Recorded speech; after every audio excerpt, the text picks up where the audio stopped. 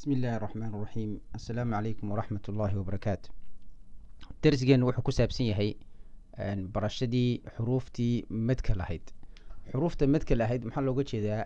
Waxaa looga jeedaa xuruufta carabida waxaa lagu dheereeyaa codka saddex xaraf oo la yiraahdo xuruuful mad, alif, waaw iyo ya, oo shuruud ay leeyihiin. oo alifta waxaa ka horeeyay fatxa, sidii imika hamzahan uu fatxu u saaran yahay, aliftina ka dambayso, oo waawgana waxaa ka dambeeya dhamma. واو مد بالالف inkastoo nu gaari doono waxa inoo sheegaya imika fatxihii aliftu mana baranaynaa quraata.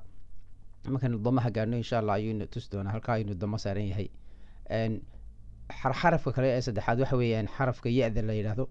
ya-da marka waxa u shardiya iyana inay kasro ama hoos dhow ka horeeyo, laakiin imika waxaan baranaynaa madkii alifka ayaa inoogu soo horeeya.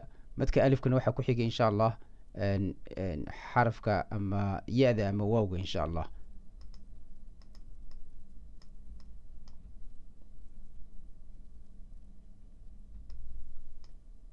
همزة مد بالألف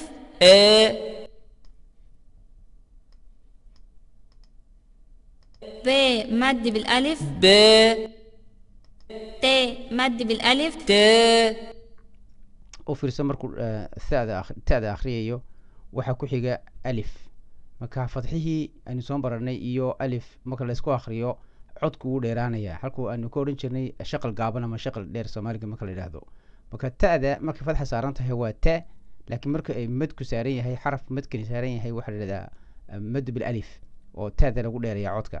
ta ث مد بالألف ث siduu sheekha uu sheekhay ugu akhriyay uu leeyahay tha lagu dheereeyay mad oo loo akhriyay tha mad bil alif, tha mad bil yani lagu dheereeyay alif.